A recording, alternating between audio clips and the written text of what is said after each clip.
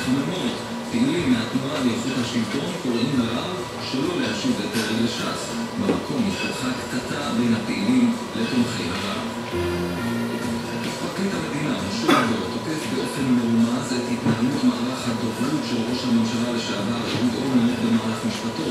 שיטה חדשה הולכת ומתפתחת במקומותינו, שיטה של ניהול המשפט בתקשורת. ואני רוצה לייחס כמעט אשמה למי שמנהל אותה. אומר לדור ומוסיף, הם נועדו להשתלט על תודעת הציבור, הפרקליטים, העדים ובית המשפט, על מנת לקבע בתודעה אמיתות כאלה ואחרות. דברי לדור מהם הביא הכתבתנו טלי חזקאלי.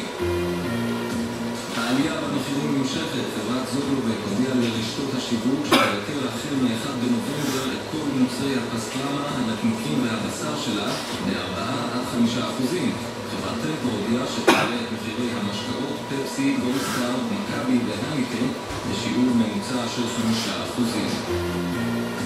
העיתון דה-מרקר ישלם למעריב כ6 מיליון שקלים בגלל עבירה על זכויות יוצרים. כך קבע בית המשפט המחוזי מרכז.